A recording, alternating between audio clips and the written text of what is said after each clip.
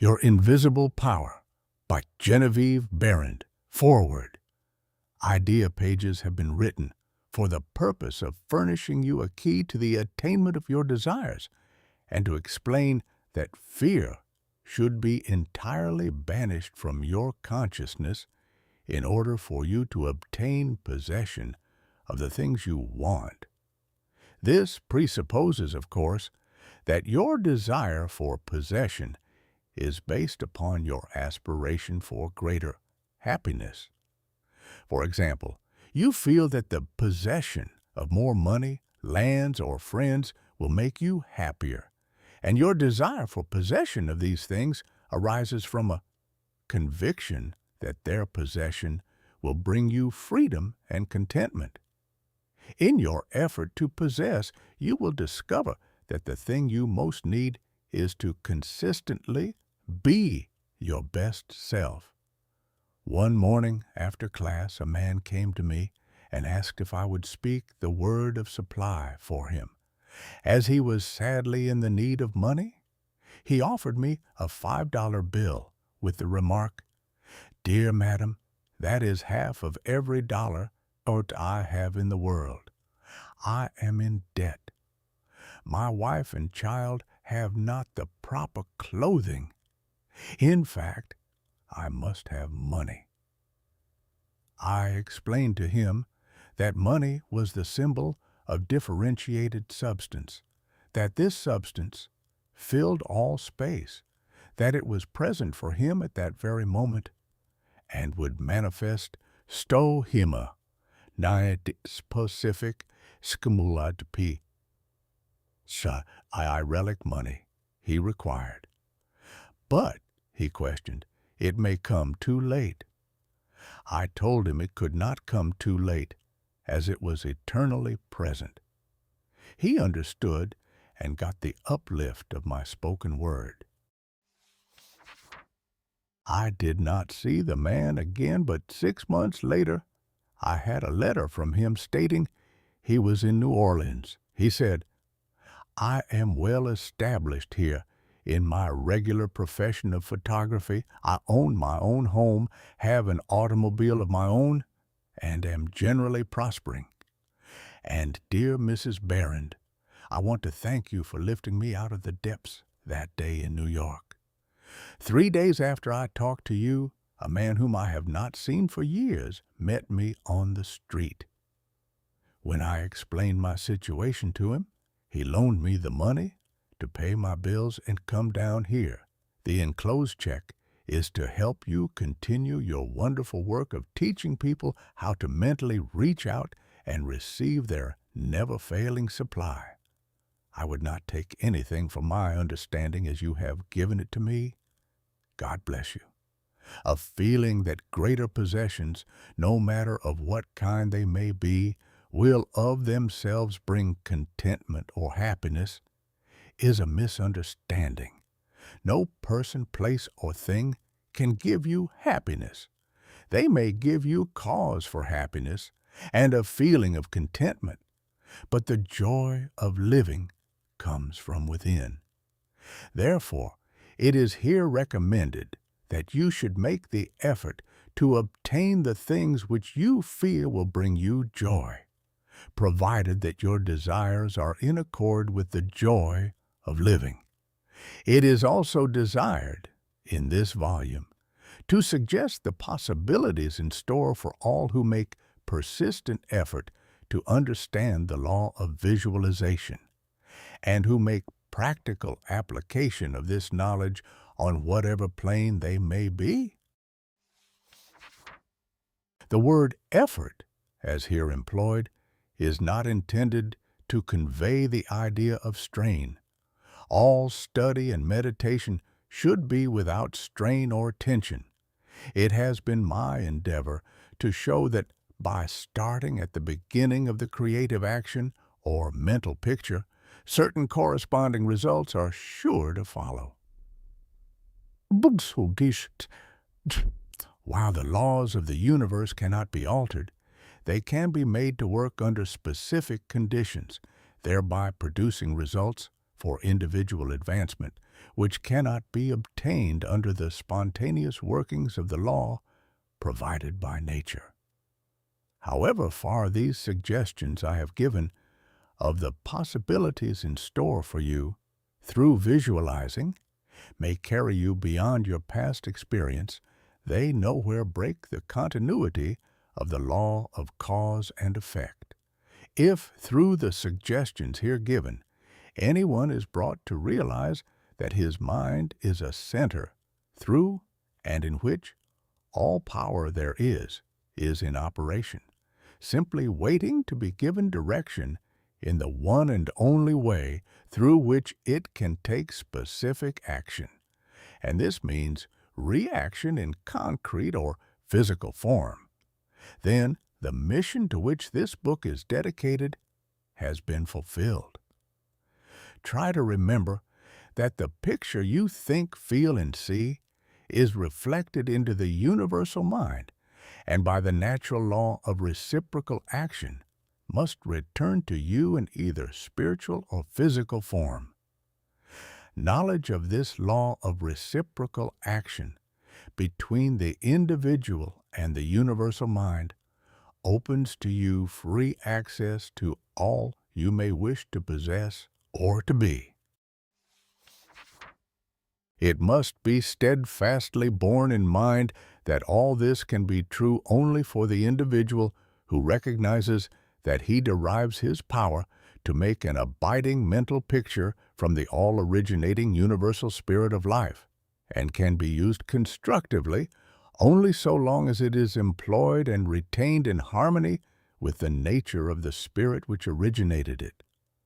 To ensure this, there must be no inversion of the thought of the individual regarding his relationship to this universal originating spirit, which is that of a son, through which the parent mind acts and reacts. Thus conditioned, whatever you think and feel yourself to be, the creative spirit of life is bound to faithfully reproduce in a corresponding reaction.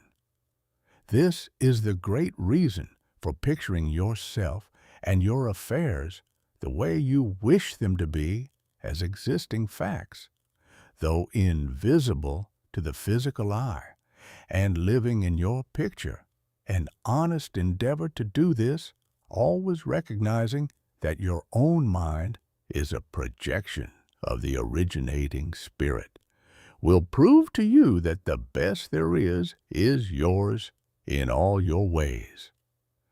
G.B. Los Angeles, California, May 90, Your Invisible Power.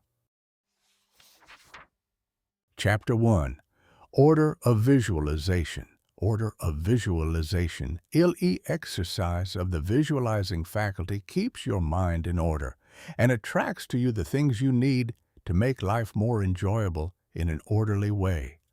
If you train yourself in the practice of deliberately picturing your desire and carefully examining your picture, you will soon find that your thoughts and desires proceed in a more orderly procession than ever before.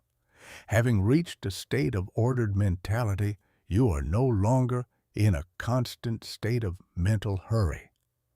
Hurry is fear, and consequently destructive. In other words, when your understanding grasps the power to visualize your heart's desire and hold it with your will, it attracts to you all things requisite to the fulfillment of that picture by the harmonious vibrations of the law of attraction.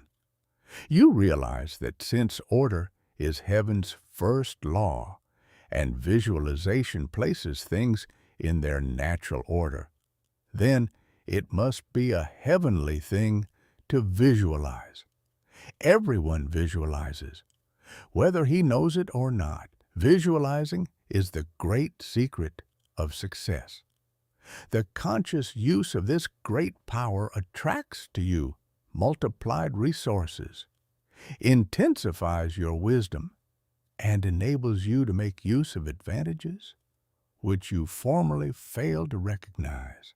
A lady once came to me for help in selling a piece of property. After I explained to her just how to make a mental picture of the sale, going through the details mentally, exactly as she would do if the property were sold, she came a week later and told me how one day she was walking along the street when the thought suddenly occurred to her to go and see a certain real estate dealer to whom she had not yet been. She hesitated for a moment when she first got the idea, as it seemed to her that that man could not sell her property. However, upon the strength of what I had told her, she followed the lead and went to the real estate man, who sold the property for her in just 3 days after she had first approached him. This was simply following along with the natural law of demand and supply. We now fly through the air not because anyone has been able to change the laws of nature, but because the inventor of the flying machine learned how to apply nature's laws and, by making orderly use of them, produced the desired result. So far as the natural forces are concerned, nothing has changed since the beginning. There were no airplanes into the year 1, because those of that generation could not conceive the idea as a practical, working possibility. It has not yet been done, was the argument, and it cannot be done. Yet the laws and materials for practical flying machines existed then as now. Troward tells us that the great lesson he learned from the airplane and wireless telegraphy is the triumph of principle over precedent, the working out of an idea to its logical conclusion in spite of accumulated contrary testimony of all past experience. With such an example before you, you must realize that there are still greater secrets to be disclosed. Also, that you hold the key within yourself, with which to unlock the secret chamber that contains your heart's desire. All that is necessary in order that you may use this key and make your life exactly what you wish it to be is a careful inquiry into the unseen causes which stand back of every external and visible condition. Then bring these unseen causes into harmony with your conception, and you will find that you can make practical working realities of possibilities which at present seem but fantastic dreams. A woman came to me in New York City asking for help as she was out of work. I spoke the word of ever-present supply for her and intensified it by mentally seeing the woman in the position she dreamed of, but which she had been unable to make a practical reality.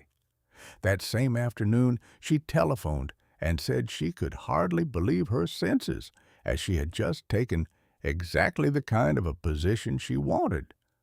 The employer told her she had been wanting a woman like her for months. We all know that the balloon was the forefather of the airplane. In 17th, Henry Cavendish, an English nobleman, proved that hydrogen gas was 7 times lighter than air. From that discovery, the balloon came into existence, and from the ordinary balloon, the dirigible, a cigar-shaped airship, was evolved. Study of aeronautics and laws of the aerial locomotion of birds and projectiles led to the belief that mechanism could be evolved by which heavier-than-air machines could be made to travel from place to place and remain in the air by the maintenance of great speed, which would overcome by propulsive force the ordinary law of gravitation. Professor Langley of Washington, who developed much of the theory which others afterward improved upon, was subjected to much derision when he sent a model airplane up, only to have it bury its nose in the muddy waters of the Potomac. But the Wright brothers, who experimented later, realized the possibility of traveling through the air in a machine that had no gas bag. They saw themselves enjoying this mode of transportation with great facility. It is said that one of the brothers would tell the other, when their varied experiences did not turn out as they expected, "'Tis all right, brother. I can see myself riding in that machine, and it travels easily and steadily." Those Wright brothers knew what they wanted and kept their pictures constantly before them. Now, transportation through the air is developing rapidly, and we all feel sure it will in the near future become as ordinary a method of travel as the automobile. In visualizing or making a mental picture, you are not endeavoring to change the laws of nature. You are fulfilling them. Your object in visualizing is to bring things into regular order, both mentally and physically. When you realize that this method of employing the creative power brings your desires, one after another, into practical, material accomplishment, your confidence in the mysterious but unfailing law of attraction, which has its central power station in the very heart of your word picture, becomes supreme. Nothing can shake it. You never feel that it is necessary to take anything from anybody else. You have learned that asking and seeking have, as their correlatives, receiving and finding. You know that all you have to do is to start the plastic substance of the universe flowing into the thought molds your picture desire provides.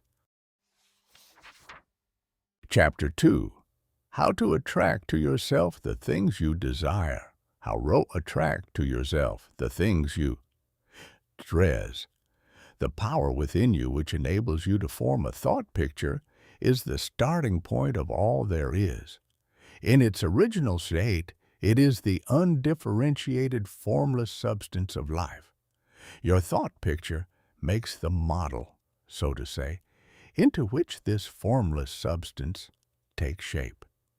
Visualizing or mentally seeing things and conditions as you wish them to be is the condensing, the specializing power in you, which might be illustrated by comparison with the lens of a magic lantern, which is one of the best symbols of the imaging faculty. It illustrates the idea of the working of the creative spirit on the plane of initiative and selection, or in its concentrated, specializing form, in a remarkably clear manner. The picture slide illustrates your own mental picture, invisible in the lantern of your mind, until you turn on the light of your will. That is to say, you light up your desire with absolute faith that the creative spirit of life in you is doing the work. By the steady flow of the light of the will on the spirit, your desired picture is projected upon the screen of the physical world, an exact reproduction of the pictured slide in your mind. A woman came to me for help to cause her husband to return to her.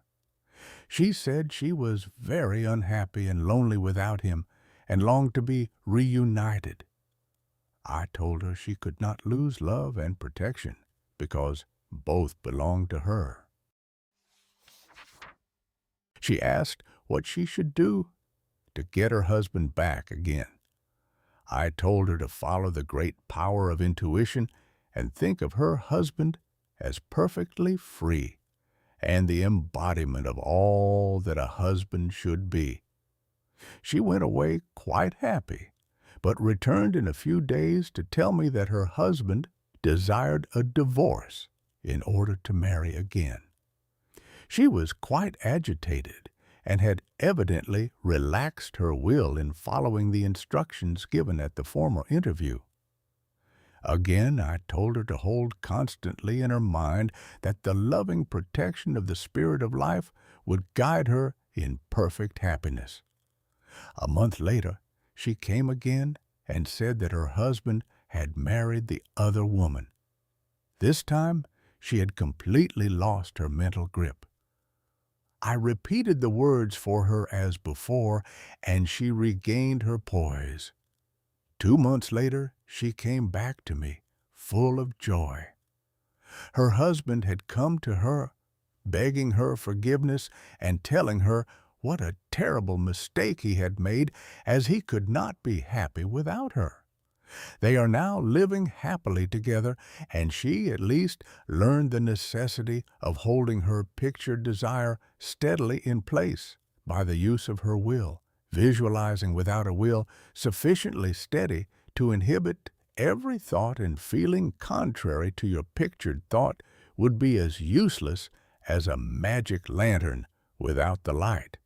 On the other hand, if your will is sufficiently developed to hold your picture in thought and feeling without any ifs, simply realizing that your thought is the great attracting power, then your mental picture is as certain to be projected upon your physical world as a picture slide put into a magic lantern shows on the screen. Try projecting the picture in a magic lantern with a light that is constantly shifting from one side to the other, and you will produce the effect of an uncertain will.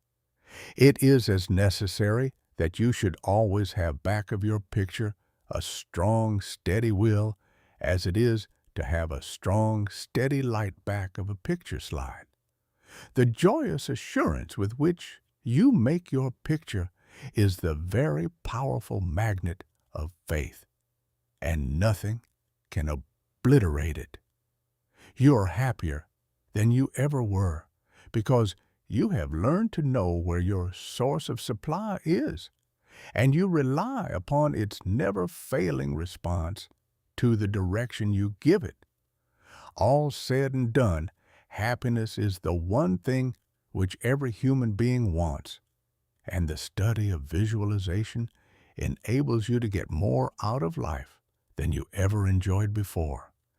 Increasing possibilities keep opening out more and more before you.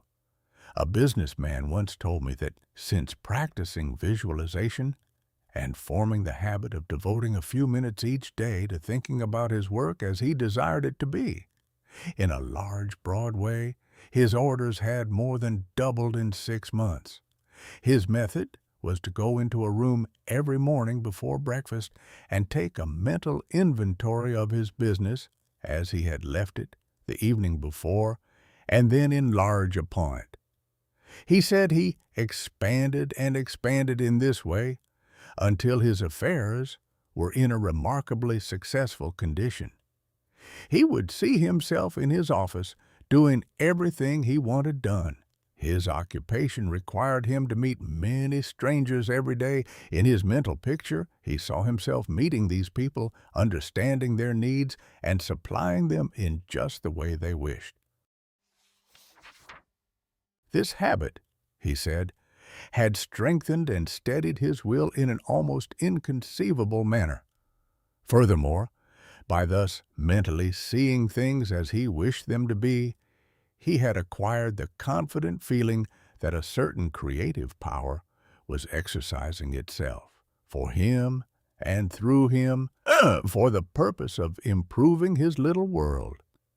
When you first begin to visualize seriously, you may feel, as many others do, that someone else may be forming the same picture you are, and that, naturally, would not suit your purpose. Do not give yourself any concern about this. Simply try to realize that your picture is an orderly exercise of the universal creative power specifically applied. Then you may be sure that no one can work in opposition to you. The universal law of harmony prevents that. Endeavor to bear in mind that your mental picture is universal mind specifically exercising its inherent powers of initiative and selection. God, or universal mind, made man for the special purpose of differentiating himself through him. Everything there is came into existence in this same way, by this self-same law of self-differentiation, and for the same purpose. First came the idea, the mental picture, or the prototype of the thing, which is the thing itself in its incipiency. The great architect of the universe contemplated himself as manifesting through his polar opposite, matter, and the idea expanded and projected itself until we have not only a world but many worlds. Many people ask, but why should we have a physical world at all? The answer is, because it is the nature of originating substance to solidify under directivity rather than activity, just as it is the nature of wax to harden when it becomes cold, or plaster of Paris to become firm and solid when exposed to the air. Your picture is this same divine substance in its original state, taking form through the individualized center of divine operation in your mind. And there is no power to prevent this combination of spiritual substance from becoming physical form. It is the nature of spirit to complete its work, and an idea is not complete until it has made for itself a vehicle. Nothing can prevent your picture from coming into concrete form except the same power which gave it birth, yourself. Suppose you wish to have a more orderly room. You look about your room, and the idea of order suggests boxes, closets, shelves, hooks, and so forth. The box, the closet, and the hooks are all concrete ideas of order, because they are the vehicles through which order and harmony suggest themselves. Chapter 3. Relation between mental and physical work. Relation between men. Re and puisicat form. Coquit persons feel that it is not quite proper to visualize for things. It's too material, they say. Why, material form is necessary for the self-recognition of spirit from the individual standpoint. And this is the means through which the creative process is carried forward. Therefore, far from matter being an illusion and something which ought not to be, matter is the necessary channel for the self-differentiation of spirit. However, it is not my desire to lead you into lengthy and tiresome scientific reasoning in order to remove the mystery from visualization and to put it upon a logical foundation. Naturally, each individual will do this in his own way. My only wish is to point out to you the easiest way I know, which is the road on which Troward guides me. I feel sure you will conclude, as I have, that the only mystery in connection with visualizing is the mystery of life taking form, governed by unchangeable and easily understood laws. We all possess more power and greater possibilities than we realize, and visualizing is one of the greatest of these powers. It brings other possibilities to our observation. When we pause to think for a moment, we realize that for a cosmos to exist at all, it must be the outcome of a cosmic mind, which binds fall individual minds to a certain generic unity of action, thereby producing all things as realities and nothing as illusions. If you will take this thought of Troward's and meditate upon it without prejudice, you will surely realize that concrete material form is an absolute necessity of the creative process. Also, that matter is not an illusion, but a necessary channel through which life differentiates itself.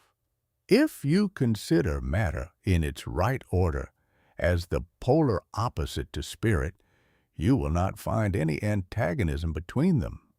On the contrary, together they constitute one harmonious whole. And when you realize this, you feel in your practice of visualizing that you are working from cause to effect, from beginning to end. In reality, your mental picture is the specialized outworking of the originating spirit. One could talk for hours on purely scientific lines, showing, as Troward says, that raw material for the formation of the solar systems is universally distributed throughout all space. Yet, investigation shows that while the heavens are studded with millions of suns, there are spaces which show no signs of cosmic activity. This being true, there must be something which started cosmic activity in certain places, while passing over others in which the raw material was equally available. At first thought, one might attribute the development of cosmic energy to the etheric particles themselves. Upon investigation, however, we find that this is mathematically impossible in a medium which is equally distributed throughout space, for all its particles are in equilibrium. Therefore, no one particle possesses in itself a greater power of originating motion than the other.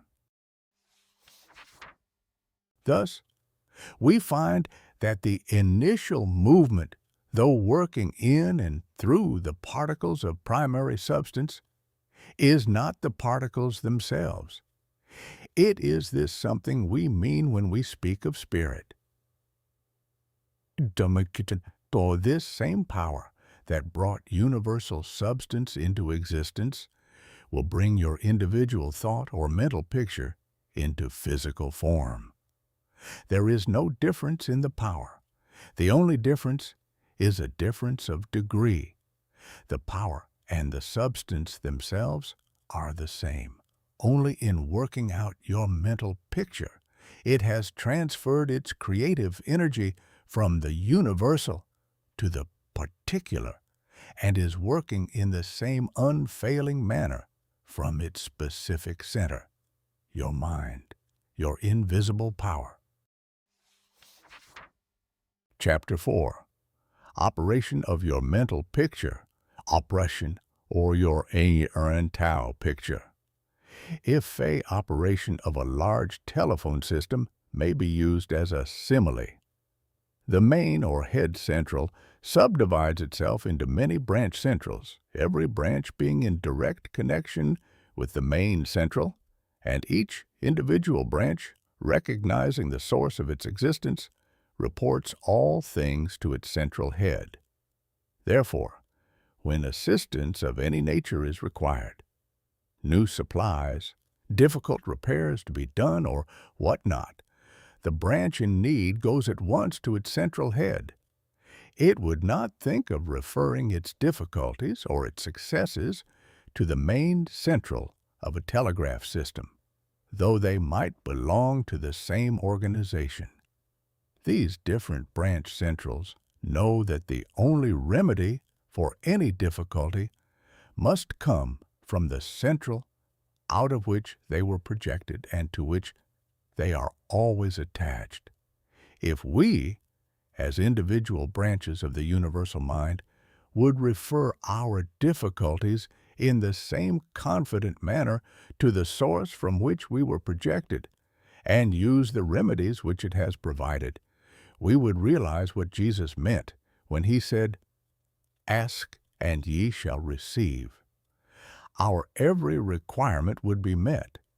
Surely the Father must supply the child. the trunk of the tree cannot fail to provide for its branches. A man came to me in great distress, saying he was about to lose his home in the South. In his own words, it was mortgaged to the hilt, and his creditors were going to foreclose.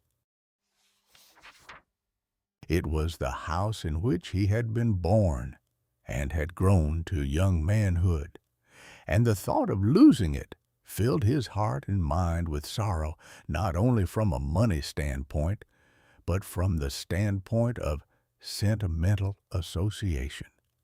I explained to him that the power that brought him into existence did so for the purpose of expressing its limitless supply through him, that there was no power on earth which could cut him off from his source except his own consciousness, and that in reality he would not be cut off then.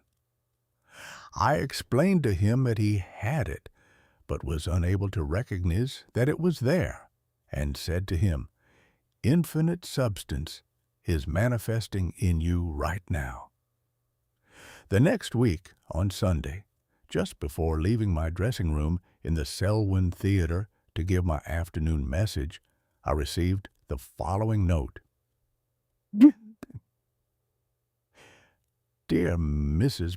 Behrend, I want you to know that I am the happiest man in the whole city of New York. My home in the South is saved. The money came in the most miraculous way, and I have telegraphed enough to pay off the mortgage. Please tell the people this afternoon about this wonderful power. You may be sure I did, explaining to them that everything animate or inanimate is called into existence or outstandingness by a power which itself does not stand out. The power which creates the mental picture, the originating spirit substance of your pictured desire, does not stand out. It projects the substance of itself, which is a solidified counterpart of itself, while it, the power, remains invisible to the physical eye. Those will appreciate the value of visualizing who are able to realize Paul's meaning when he said, the worlds were formed by the word of God. Things which are seen are not made of things which do appear. There is nothing unusual or mysterious in the idea of your pictured desire coming into material evidence. It is the working of a universal, natural law. The world was projected by the self-contemplation of the universal mind, and this same action is taking place in its individualized branch, which is the mind of man. Everything in the whole world, from the hat on your head to the boots on your feet, has its beginning in mind and comes into existence in exactly the same manner. All are projected thoughts, solidified. Your personal advance in evolution depends upon your right use of the power of visualizing, and your use of it depends on whether you recognize that you yourself are a particular center through and in which the originating spirit is finding ever new expression for potentialities already existing within itself. This is evolution. Your mental picture is the force of attraction which evolves and combines the originating substance into specific shape. Your picture is the combining and evolving powerhouse, in a generative sense, so to say, through which the originating creative spirit expresses itself. Its creative action is limitless, without beginning and without end, and always progressive and orderly. It proceeds stage by stage, each stage being a necessary preparation for the one to follow. Now, let us see if we can get an idea of the different stages by which the things in the world have come to be. Troward says, if we can get at the working principle which is producing these results, we can very quickly and easily give it personal application. First, we find that the thought of originating life, or spirit, concerning itself is its simple awareness of its own being, and this, demanding a relationship to something else, produces a primary ether, a universal substance out of which everything in the world must grow. Troward also tells us that though this awareness of being is a necessary foundation for any further possibilities, it is not much to talk about. It is the same with individualized spirit, which is yourself. Before you can entertain the idea of making a mental picture of your desire as being at all practical, you must have some idea of your being, of your I am. And just as soon as you are conscious of your LMness, you begin to wish to enjoy the freedom which this consciousness suggests. You want to do more and be more, and as you fulfill this desire within yourself, localized spirit begins conscious activities in you. The thing you are more concerned with is the specifier action of the creative spirit of life, universal specialized. The localized God germ in you is your personality, your individuality, and since the joy of absolute freedom is the inherent nature of this God germ, it is natural that it should endeavor to enjoy itself through its specific center. And as you grow in the comprehension that your being, your individuality, is God particularizing himself, you naturally develop divine tendencies. You want to enjoy life and liberty. You want freedom in your affairs as well as in your consciousness, and it is natural that you should. With this progressive wish, there is always a faint thought picture as your wish and your recognition grow. Into an intense desire, this desire becomes a clear mental picture. For example, a young lady studying music wishes she had a piano in order to practice at home. She wants the piano so much that she can mentally see it in one of the rooms. She holds the picture of the piano and indulges in the mental reflection of the pleasure and advantage it will be to have the piano in the corner of the living room. One day, she finds it there, just as she had pictured it, as you grow in understanding as to who you are, where you came from, what the purpose of your being is, and how you are to fulfill the purpose for which you are intended. You will become a more and more perfect center through which the creative spirit of life can enjoy itself. And you will realize that there can be but one creative process filling all space, which is the same in its potentiality, whether universal or individual. Furthermore, all there is, whether on the plane of the visible or invisible, had its origin in the localized action of thought or a mental picture, and this includes yourself, because you are universal spirit localized, and the same creative action is taking place through you. Now, you are no doubt asking yourself why there is so much sickness and misery in the world.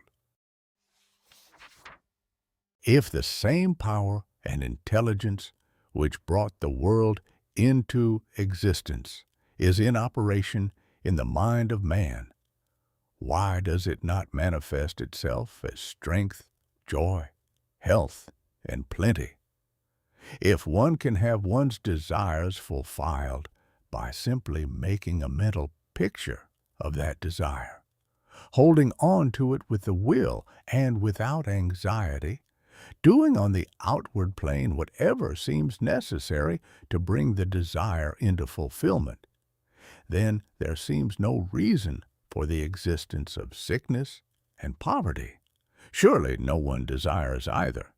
The first reason is that few persons will take the trouble to inquire into the working principle of the laws of life. If they did, they would soon convince themselves that there is no necessity for the sickness and poverty which we see about us. They would realize that visualizing is a principle and not a fallacy. There are a few who have found it worthwhile to study this simple, though absolutely unfailing law which will deliver them from bondage. However, the race as a whole is not willing to give the time required for the study. It is either too simple or too difficult. They may make a picture of their desire with some little understanding of visualizing for a day or two, but more frequently it is for an hour or so.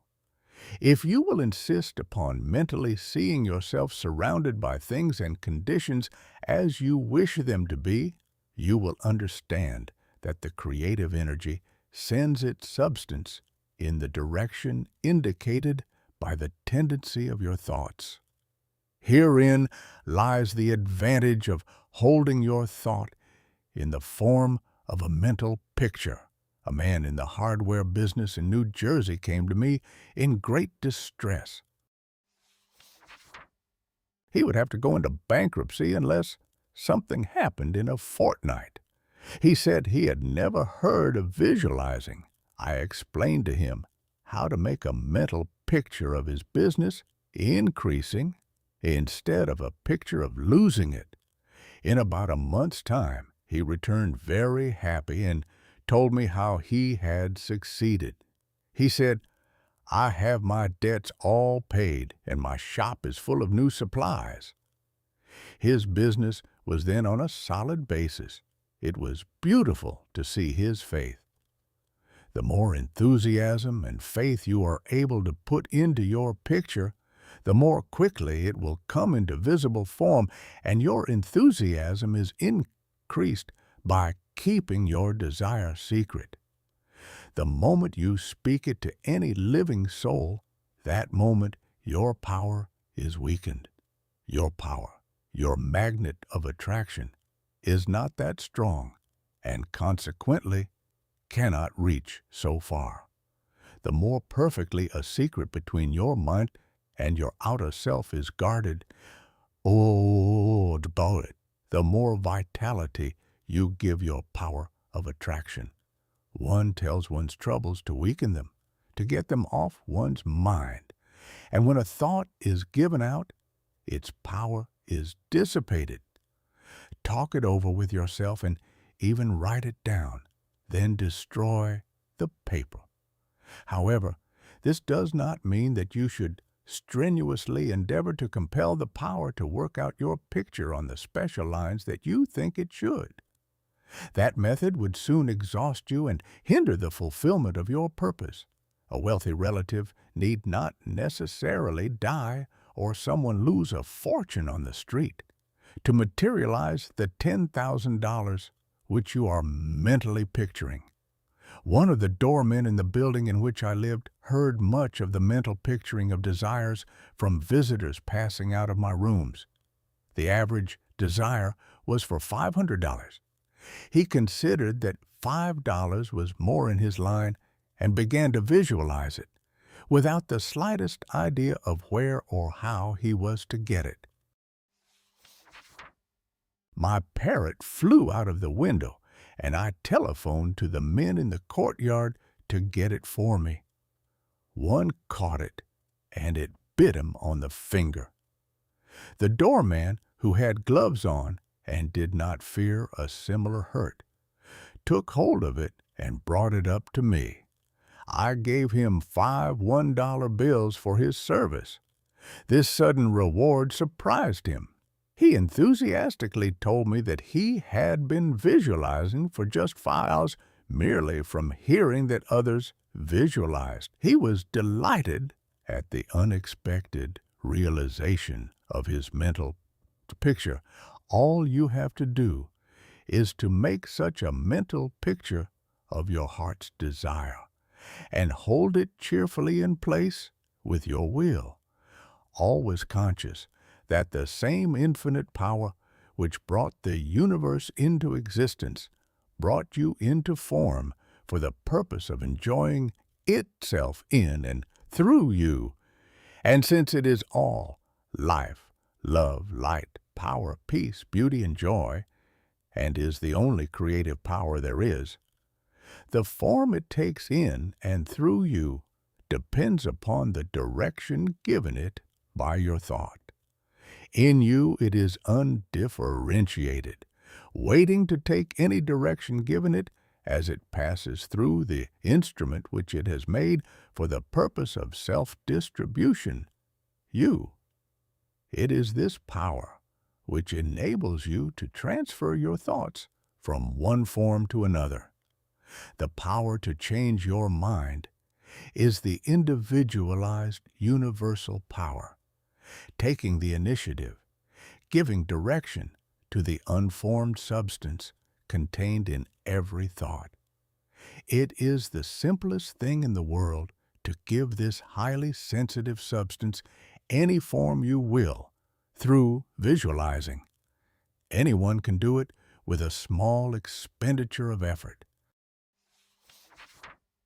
Once you really believe that your mind is a center through which the unformed substance of all there is in your world takes involuntary form, the only reason your picture does not always materialize is because you have introduced something antagonistic to the fundamental principle. Very often, this destructive element is caused by the frequency with which you change your pictures. After many such changes, you decide that your original desire is what you want after all. Upon this conclusion, you begin to wonder why it, being your first picture, has not materialized. The substance with which you are mentally dealing is more sensitive than the most sensitive photographer's film. If, while taking a picture, you suddenly remembered you had already taken a picture on that same plate, you would not expect a perfect result of either picture. On the other hand, you may have taken 2 pictures on the same plate unconsciously. When the plate has been developed and the picture comes into physical view, you do not condemn the principle of photography, nor are you puzzled to understand why your picture has turned out so unsatisfactorily. You do not feel that it is impossible for you to obtain a good, clear picture of the subject in question. You know that you can do so by simply starting at the beginning, putting in a new plate, and determining to be more careful while taking your picture next time. If these lines are followed out, you are sure of a satisfactory result. If you will proceed in the same manner with your mental picture, doing your part in a correspondingly confident frame of mind, the result will be just as perfect.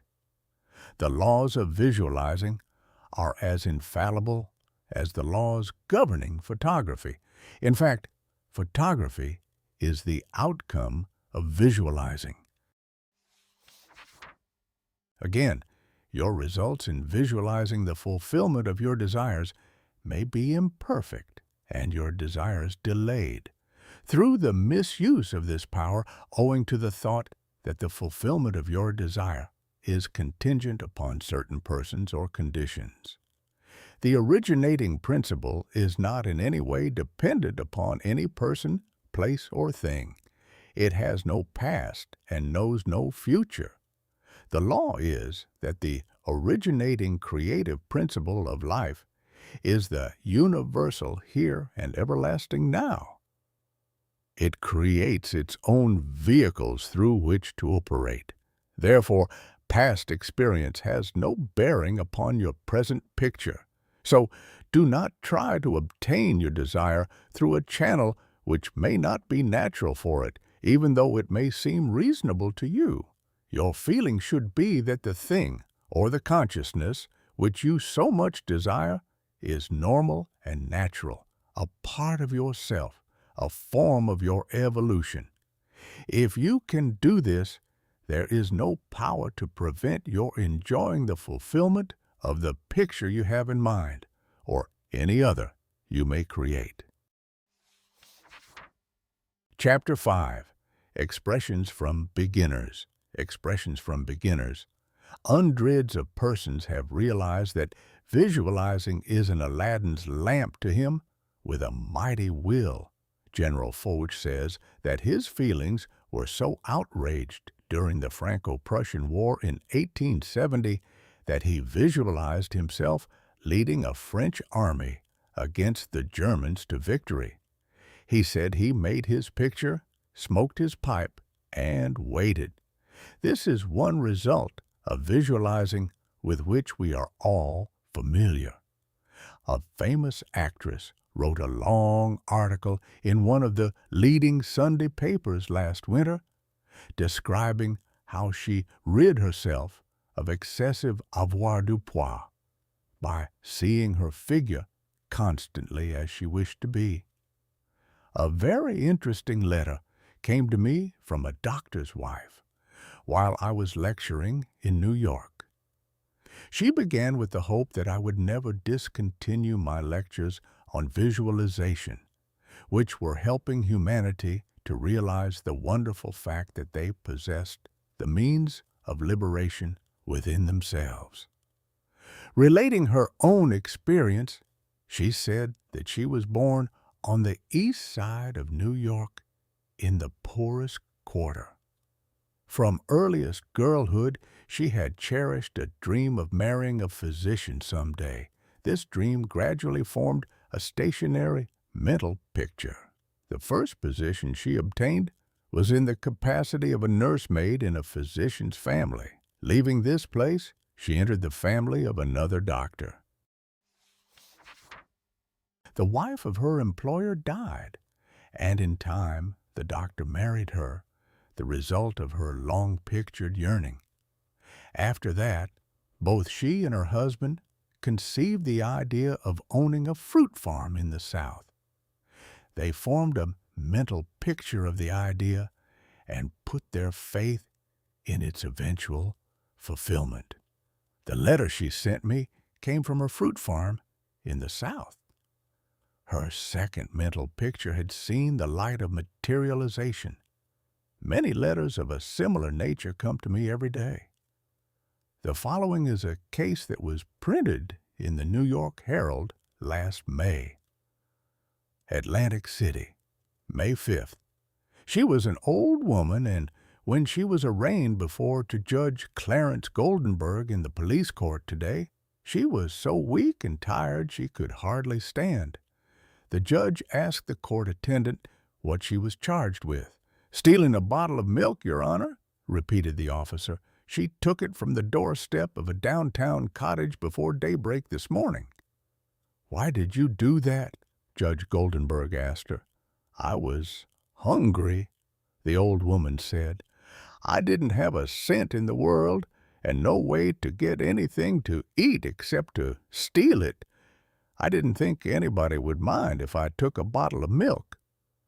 "What's your name?" asked the judge. "Weinberg," said the old woman. "Elizabeth Weinberg." Judge Goldenberg asked her a few questions about herself. Then he said, "Well, you're not very wealthy now, but you're no longer poor. I've been searching for you for months. I've got $500 belonging to you from the estate of a relative. I am the executor of the estate."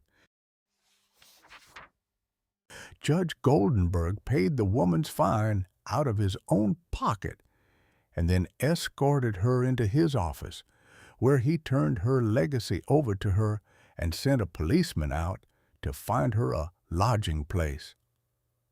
I learned later that this little woman had been desiring and mentally picturing $500, while all the time ignorant of how it could possibly come to her. But she kept her vision and strengthened it with her faith. 10. An issue of good housekeeping. There was an article by Addington Bruce entitled Stiffening Your Mental Backbone. It is very instructive and would benefit anyone to read it. He says, in part, form the habit of devoting a few moments every day to thinking about your work in a large, broad, imaginative way as a vital necessity to yourself and a useful service to society. James J. Hill, the great railway magnate, before he started building his road from coast to coast, said that he took hundreds of trips all along the line before there was a rail laid. It is said that he would sit for hours with a map of the United States before him and mentally travel from coast to coast, just as we do now over his fulfilled mental picture. It would be possible to call your attention to hundreds of similar cases. The method of picturing to yourself what you desire is both simple and enjoyable, if you once understand the principle back of it well enough to believe it. Over and above everything else, be sure of what it is you really want. Then specialize your desire along the lines given in the following 2 chapters. Chapter 6, Suggestions for Making Your Mental Picture. Suggestions, Roar Marcina. Your mental picture. You want to feel that you've lived to some purpose. You want to be contented and happy. You feel that good health and a successful business would give you contentment. After you have decided once and for all that this is what you want, you proceed to picture yourself healthy and your business just as great a success as you can naturally conceive it growing into. The best times for making your definite picture are just before breakfast and again before retiring at night. As it is necessary to give yourself plenty of time, it may be necessary to rise earlier than you usually do. Go into a room where you will not be disturbed. Meditate for a few moments upon the practical working of the law of visualizing and ask yourself, how did the things about me first come into existence? How can I get more quickly in touch with my invisible supply?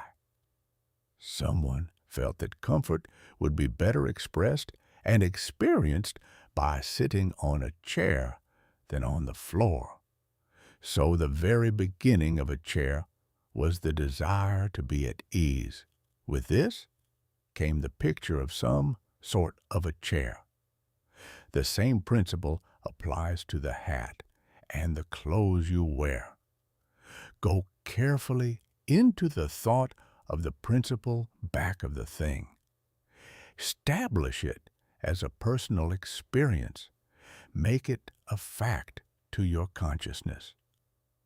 Then open a window. Take about 10 deep breaths, and during the time, draw a large imaginary circle of light around you. As you inhale, keeping yourself in the center of this circle of light, see great rays of light coming from the circle and entering your body at all points, centralizing itself at your solar plexus. Hold the breath a few moments at this central point of your body, the solar plexus. Then slowly exhale. As you do this, mentally see imaginary rays or sprays of light going up through the body and down and out through feet. Mentally spray your entire body with this imaginary light. When you have finished the breathing exercise, Sit in a comfortable upright chair and mentally know there is but one life, one substance, and this life substance of the uni. Verse is finding pleasure in self-recognition in you. Repeat some affirmation of this kind until you feel the truth and stimulating reality of the words which you are affirming. Then begin your picture.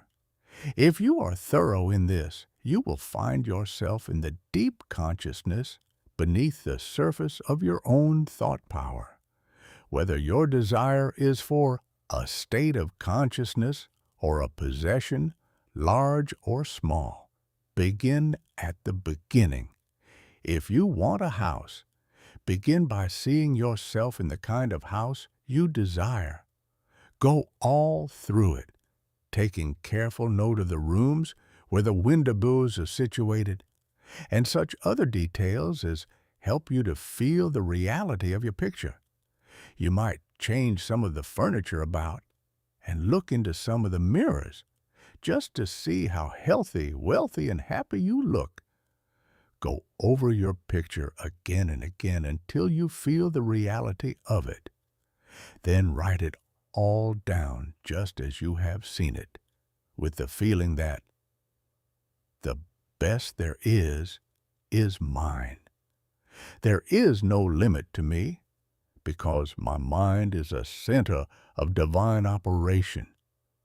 And your picture is as certain to come true in your physical world as the sun is to shine. Chapter 7. Things to remember in using your thought power for the production of new conditions. Tunes to remember in using your thought power for the production of new conditions. 1. Be sure to know exactly what conditions you wish to produce. Then weigh carefully what further results the accomplishment of your desire will lead to. 2. By letting your thought dwell upon a mental picture, you are concentrating the creative action of spirit in this center, where all its forces are equally balanced. 3.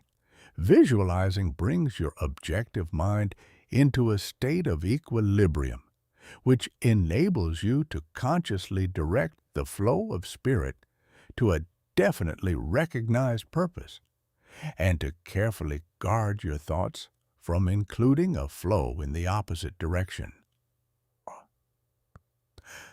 4. You must always bear in mind that you are dealing with a wonderful potential energy, which is not yet differentiated into any particular form, and that by the action of your mind, you can differentiate it into any specific form that you will. Your picture assists you to keep your mind fixed on the fact that the inflow of this creative energy is taking place. Also, by your mental picture, you are determining the direction you wish the sensitive creative power to take, and by doing this, you make the externalization of your picture a certainty.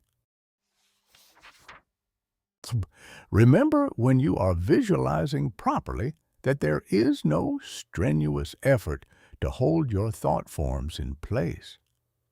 Strenuous effort defeats your purpose and suggests the consciousness of an adverse force to be fought against, and this creates conditions adverse to your picture. 6. By holding your picture in a cheerful frame of mind, you shut out all thoughts that would disperse or dissipate the spiritual nucleus of your picture. Because the law is creative in its action, your pictured desire is certain of accomplishment. 7. The seventh and great thing to remember in visualizing is that you are making a mental picture for the purpose of determining the quality you are giving to the previously undifferentiated substance and energy, rather than to arrange the specific circumstances for its manifestation. That is the work of creative power itself. It will build its own forms of expression quite naturally, if you will allow it, and save you a great deal of needless anxiety. What you really want is expansion in a certain direction, whether of health, wealth, or whatnot. And so long as you get it, as you surely will, if you confidently hold to your picture, what does it matter whether it reaches you by some channel which you thought you could count upon, or through some other of whose existence you had no idea? You are concentrating energy of a particular kind for a particular purpose. Keep this in mind and let specific details take care of themselves, and never mention what you are doing to anyone. Remember always that nature, from her clearly visible surface to her most arcane depths, is one vast storehouse of light and good entirely devoted to your individual use. Your conscious oneness with the great whole is the secret of success, and when once you have fathomed this, you can enjoy your possession of the whole, or a part of it, at will, because by your recognition you have made it and can increasingly make it yours. Never forget that every physical thing, whether for you or against you, was a sustained thought before it was a thing. Thought, as thought, is neither good nor bad. It is creative action and always takes physical form. Therefore, the thoughts you dwell upon become the things you possess or do not possess. A man came to me telling me how he longed to marry a certain young woman, but felt he could not afford to, as his salary was small and work uncertain. I spoke the word of ever-present certain, unlimited supply, and explained that love knows no failure. It is yours to enjoy. See yourself in the kind of a home you both want. Do your part. Keep on loving the girl and believe absolutely in that which lives and loves in you. A few months later, they both came to my study looking radiantly happy. I knew they were married. The wife said to me, "Dear Mrs. Behrend, we are very happy because we now know how to use our thought power and hold our consciousness as one with all we want." So be yourself and enjoy life in your own divine way. Do not fear to be your true self, for everything you want wants you. Chapter 8. Why I took up the study of mental science. Why I took up tushrupi or mental skuraminsin. I have frequently been questioned about my reasons for taking up the study of mental science, and as to the results of my search, not only in the knowledge of principles, but also in the application of that knowledge for the development of my own life. Such inquiries are justifiable, because one who essays the role of a messenger of psychological truths can only be convincing as he or she has tested them in the laboratory of personal mental experience.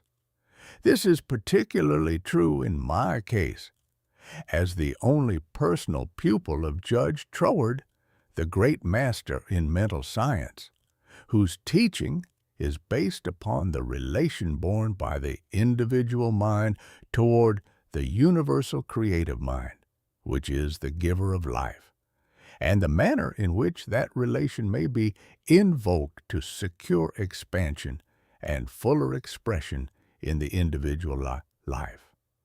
My initial impulse toward the study of mental science was an overwhelming sense of loneliness. In every life, there must come some such experience of spiritual isolation as pervaded my life at that period. Notwithstanding the fact that each day found me in the midst of friends, Surrounded by mirth and gaiety, there was a persistent feeling that I was alone in the world. I had been a widow for about 3 years, wandering from country to country seeking for peace of mind. The circumstances and surroundings of my life were such that my friends looked upon me as an unusually fortunate young woman. Although they recognized that I had sustained a great loss when my husband died, they knew that he had left me well provided for, free to go anywhere my pleasure dictated. Yet, if my friends could have penetrated my inmost emotions, they would have found a deep sense of emptiness and isolation. This feeling inspired a spirit of unrest, which drove me on and on in fruitless search upon the outside, for that which I later learned could only be found within. I studied Christian but it gave me no solace, though fully realizing the great work the scientists were doing, and even having the pleasure and privilege of meeting Mrs. Eddy personally. But it was impossible for me to accept the fundamental teachings of Christian Science and make practical application of it. When about to abandon the search for contentment and resign myself to resume a life of apparent amusement, a friend invited me to visit the great seer and teacher, Abdu'l-Baha. After my interview with this most wonderful of men, my search for contentment began to take a change. He had told me that I would travel the world over seeking the truth, and when I had found it, would speak it out. The fulfillment of the statement of this great seer then seemed to be impossible. But it carried a measure of encouragement, and at least indicated that my former seeking had been in the wrong direction. I began in a feeble, groping way to find contentment within myself, for had he not intimated that I should find the truth? That was the big thing, and about the only thing I remember of our interview. A few days later, upon visiting the office of a New Thought practitioner, my attention was attracted to a book on his table entitled The Edinburgh Lectures on Mental Science by Troward. It interested me to see that Troward was a retired divisional judge from the Punjab, India. I purchased the book thinking I would read it through that evening. Many have endeavored to do the same thing, only to find, as I did, that the book must be studied in order to be understood, and hundreds have decided, just as I did, to give it their undivided attention. After finding this treasure book, I went to the country for a few, Pacific School days, and while there, studied the volume as thoroughly as I could. It seemed extremely difficult, and I decided to purchase another book of Troward's, in the hope that its study might not require so much of an effort. Upon inquiry, I was told that a subsequent volume, The Door Lectures, was much the simpler and better of the two books. When I procured it, I found that it must also be studied. It took me weeks and months to get even a vague conception of the meaning of the first chapter of Door, which is entitled Entering into the Spirit of It. Shall I mean by this that it took me months to enter into the spirit of what I was reading?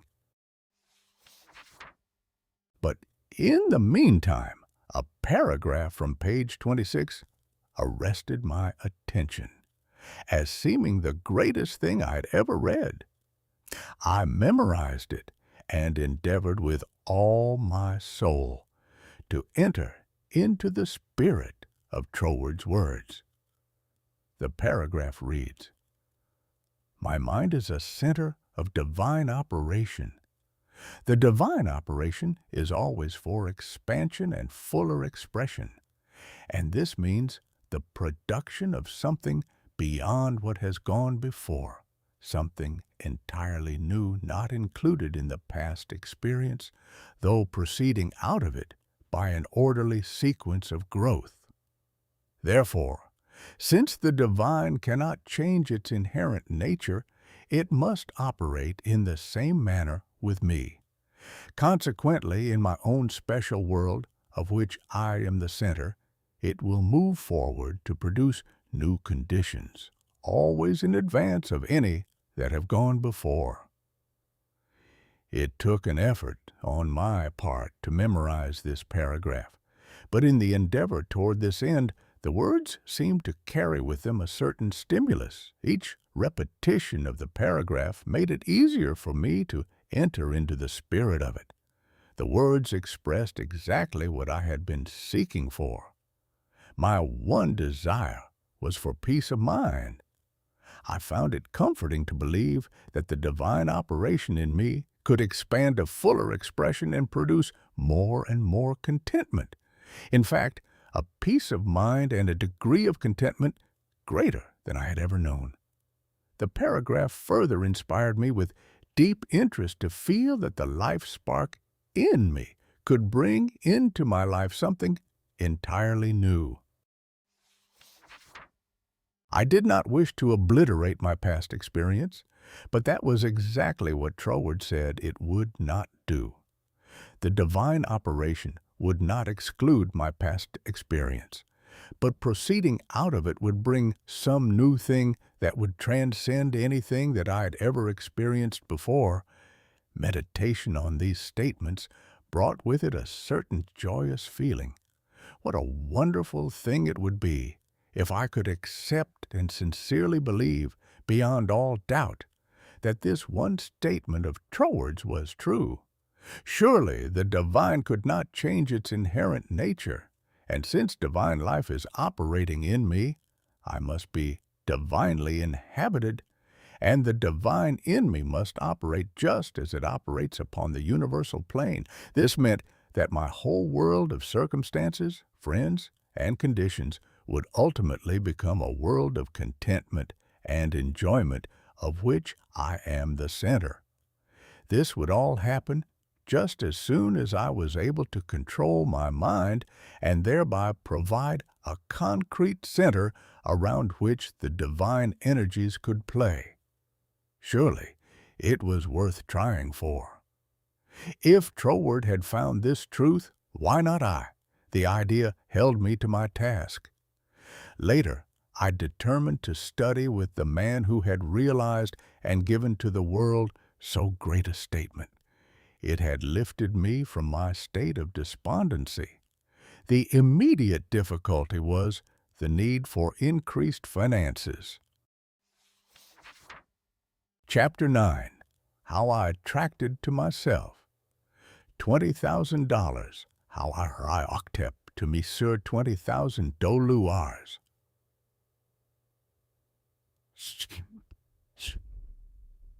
The laboratory of experience in which my newly revealed relation to the divine operation was to be tested. The first problem was a financial one. My income was a stipulated one, quite enough for my everyday needs. But it did not seem sufficient to enable me to go comfortably to England, where Troward lived, and remain for an indefinite period to study with so great a teacher as he must be. So before inquiring whether Troward took pupils, or whether I would be eligible in case he did, I began to use the paragraph I had memorized. Daily, in fact, almost hourly, the words were in my mind. My mind is a center of divine operation, and divine operation means expansion into something better than has gone before. From the Edinburgh lectures, I had read something about the law of attraction, and from the chapter on causes and conditions, I had gleaned a vague idea of visualizing. So every night, before going to sleep, I made a mental picture of the desired $20,000, which seemed necessary to go and study with Troward. 20 imaginary $1,000 bills were counted over each night in my bedroom, and then, with the idea of more emphatically impressing my mind with the fact that this $20,000 was for the purpose of going to England and studying with Troward, I wrote out my picture, saw myself buying my steamer ticket, walking up and down the ship's deck from New York to London, and finally saw myself accepted as Troward's pupil. This process was repeated every morning and every evening, always impressing more and more fully upon my mind Troward's memorized statement. My mind is a center of divine operations. I endeavored to keep this statement in the back part of my consciousness all the time, with no thought in mind of how the money might be obtained. Probably the reason why there was no thought of the avenues through which the money might reach me was because I could not possibly imagine where the $20,000 would come from. So I simply held my thoughts steady and let the power of attraction find its own ways and means. One day, while walking on the street, taking deep breathing exercises, the thought came, my mind is surely a center of divine operation. If God fills all space, then God must be in my mind also. If I want this money to study with Troward that I may know the truth of life, then both the money and the truth must be mine, though I am unable to feel or see the physical manifestations of either. Still, I declared, it must be mine. While these reflections were going on in my mind, there seemed to come up from within me the thought, I am all the substance there is. Then, from another channel in my brain, the answer seemed to come, of course, that's it. Everything must have its beginning in mind. The idea must contain within itself the only one and primary substance there is. And this means money, as well as everything else. My mind accepted this idea, and immediately all the tension of mind and body was relaxed. There was a feeling of absolute certainty of being in touch with all the power life has to give. All thought of money, teacher, or even my own personality vanished in the great wave of joy which swept over my entire being. I walked on, with this feeling of joy steadily increasing and expanding until everything about me seemed to glow with resplendent light. Every person I passed appeared illuminated as I was. All consciousness of personality had disappeared, and in its place there came that great and almost overwhelming sense of joy and contentment. That night, when I made my picture of the $20,000, it was with an entirely changed aspect. On previous occasions, when making my mental picture, I had felt that I was waking up something within myself. This time, there was no sensation of effort. I simply counted over the $20,000. Then, in a most unexpected manner, from a source of which I had no consciousness at the time, there seemed to open a possible avenue through which the money might reach me. At first, it took great effort not to be excited. It all seemed so wonderful, so glorious, to be in touch with supply. But had not Troward cautioned his readers to keep all excitement out of their minds in the first flush of realization of union with infinite supply, and to treat this fact as a perfectly natural result which had been reached through our demand? This was even more difficult for me than it was to hold the thought that all the substance there is I am, idea, am the beginning of all form, visible or invisible. Just as soon as there appeared a circumstance which indicated the direction through which the $20,000 might come, I not only made a supreme effort to regard the indicated direction calmly as the first sprout of the seed I had sown in the absolute, but left no stone unturned to follow up that direction, thereby fulfilling my part. By so doing, one circumstance seemed naturally to lead to another until, step by step, my desired $20,000 was secured. To keep my mind poised and free from excitement was my greatest effort. This first concrete fruition of my study of mental science, as expounded by Troward's book, had come by a careful following of the methods he had outlined. In this connection, therefore, I can offer to the reader no better gift than to quote Troward's book, The Edinburgh Lectures, from which may be derived a complete idea of the line of action I was endeavoring to follow. In the chapter on causes and conditions, he says, "To get good results, we must properly understand our relation to the great impersonal power we are using. It is intelligent, and we are intelligent, and the two intelligences must cooperate. We must not fly in the face of the law, expecting it to do for us what it can only do through us, and we must therefore use our intelligence with the knowledge that it is acting as the instrument of a greater intelligence.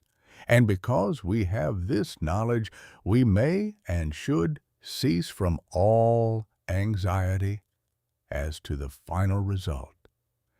In actual practice, we must first form the ideal conception of our object with the definite intention of impressing it upon the universal mind.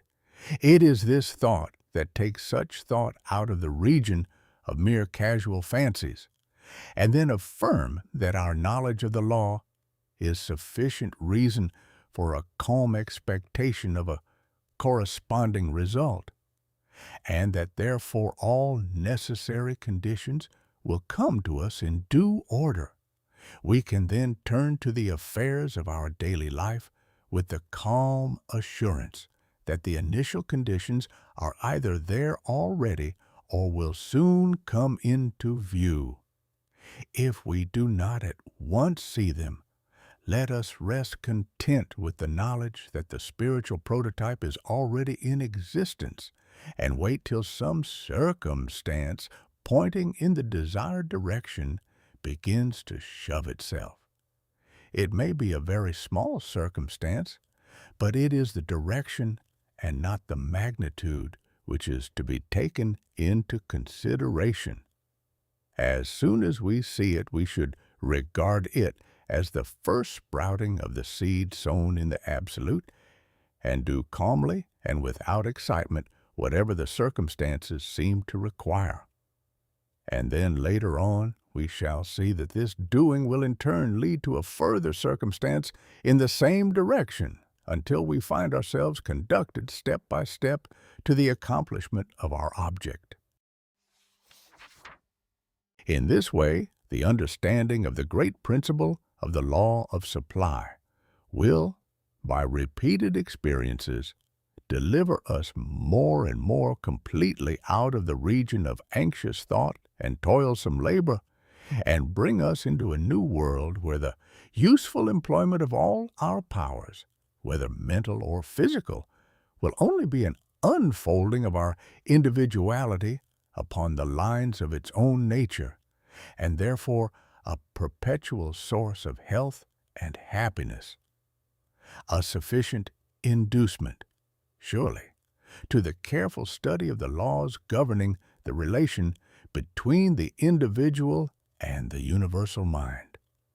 To my mind, then as now, this quotation outlines the core and center of the method and manner of approach necessary for coming in touch with infinite supply. At least it, together with the previously quoted statement, "My mind is a center of divine operation," constituted the only apparent means of attracting to myself the $20,000. My constant endeavor to get into the spirit of these statements and to attract to myself this needed sum took about 6 weeks, at the end of which time I had in my bank the required $20,000. This could be made into a long story giving all the details, but the facts, as already narrated, will give you a definite idea of the magnetic condition of my mind while the $20,000 was finding its way to me. Sick. Chapter 10. How I became the only personal pupil of T. Troward, the great mental scientist. How I became Artur Antipersonet Pup of T. Troward, the great mental scientist. As soon as the idea of studying with Troward came to me, I asked a friend to write him for me, feeling that perhaps my friend could couch my desire in better or more persuasive terms than I could employ. To all the letters written by this friend, I received not one reply. This was so discouraging that I would have completely abandoned the idea of becoming Troward's pupil, except for the experience I had had that day on the street, when my whole world was illuminated, and I remembered the promise, "All things whatsoever thou wilt, believe thou hast received, and thou shalt receive." With this experience in my mind, my passage to England was arranged, notwithstanding the fact that apparently my letters were ignored.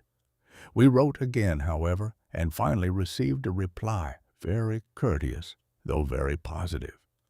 Troward did not take pupils. He had no time to devote to a pupil.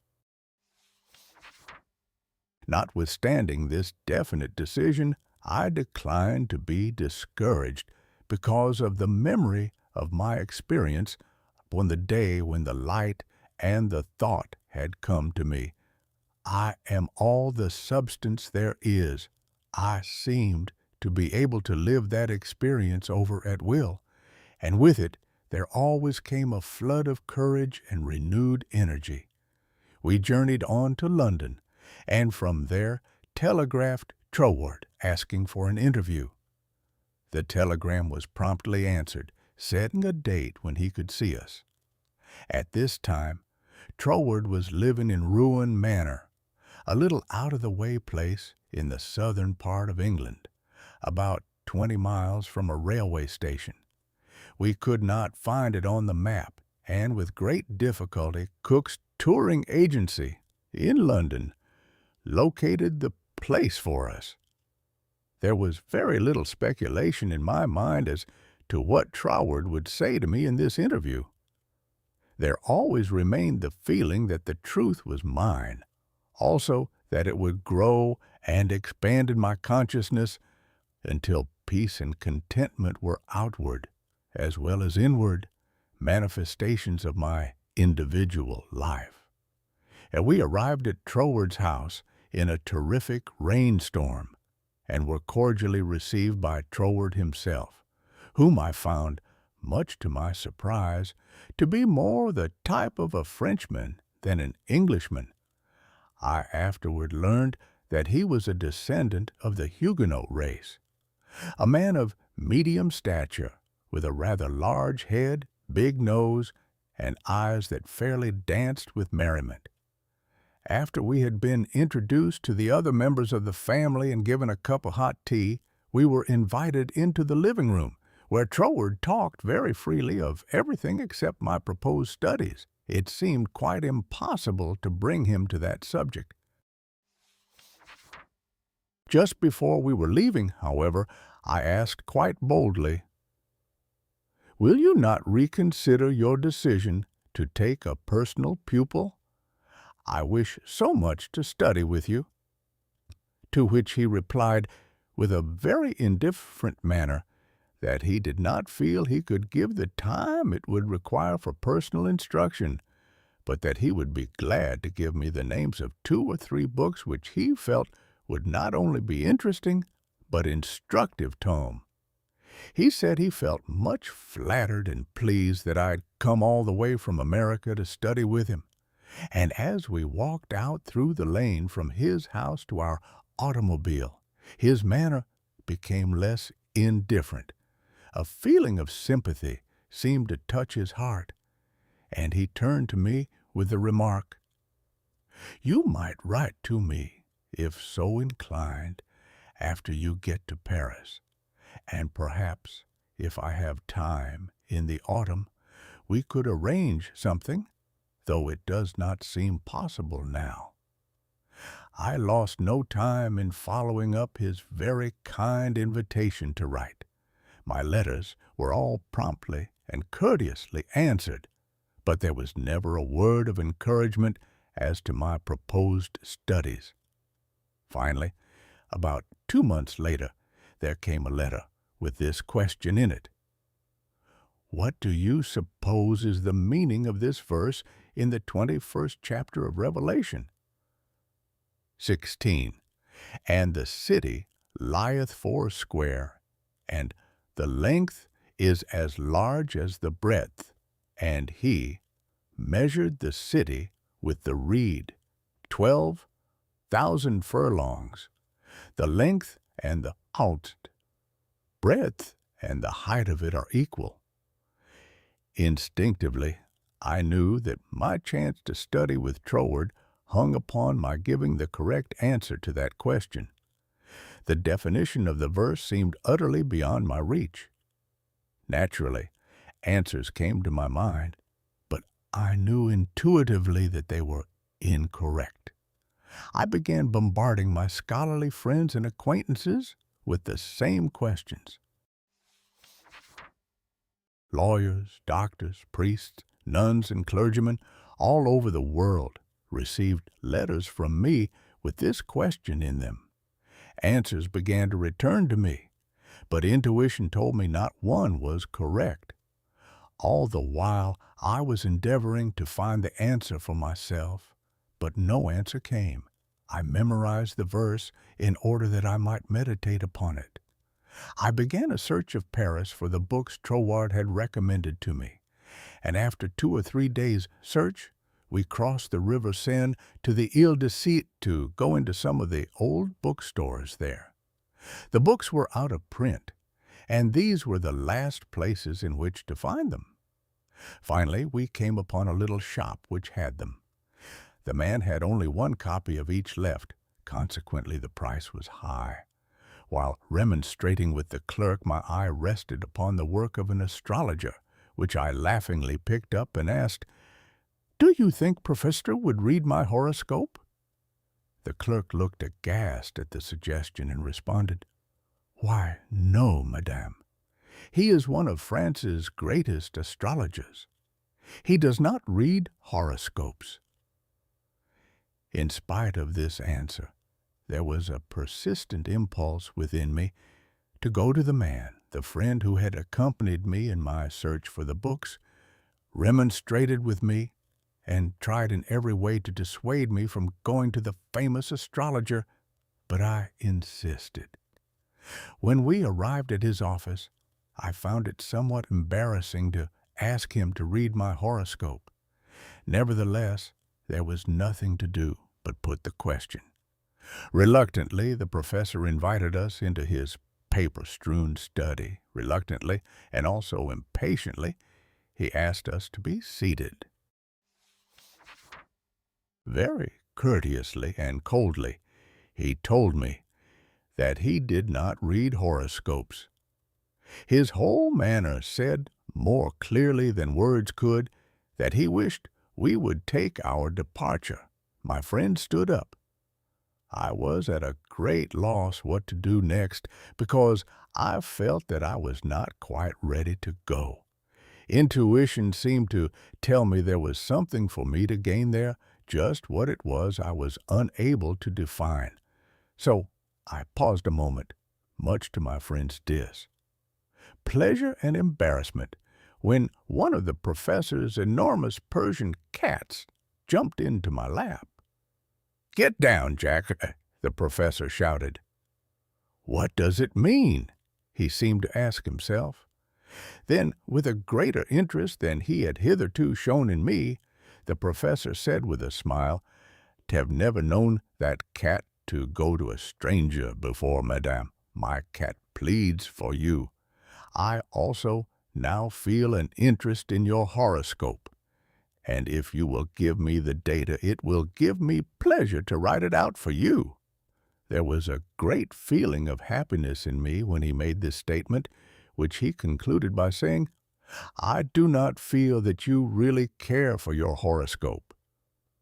The truth of this statement shocked me because I did not care about a horoscope and could not give any reason why I was letting him do it. However," he said, "may I call for your data next Sunday afternoon?"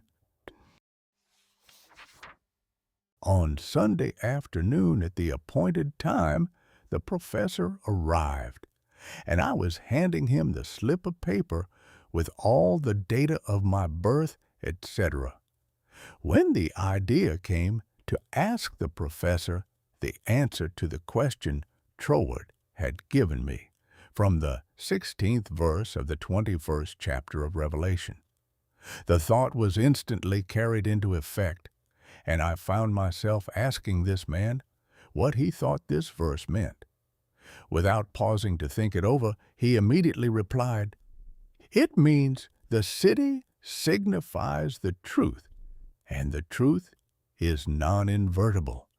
Every side from which you approach it is exactly the same." Intuitively and undoubtingly, I recognized this answer as the true one, and my joy knew no bounds, because I felt sure that with this correct answer in my possession, Troward would accept me as his pupil in the fall.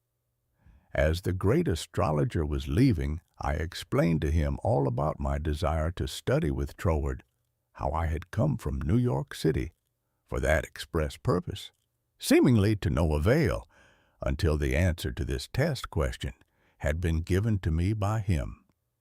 He was greatly interested and asked many questions about Troward, and when asked if he would please send me his bill, he smilingly replied, "Let me know if the great Troward accepts you as his pupil," and bade me good afternoon.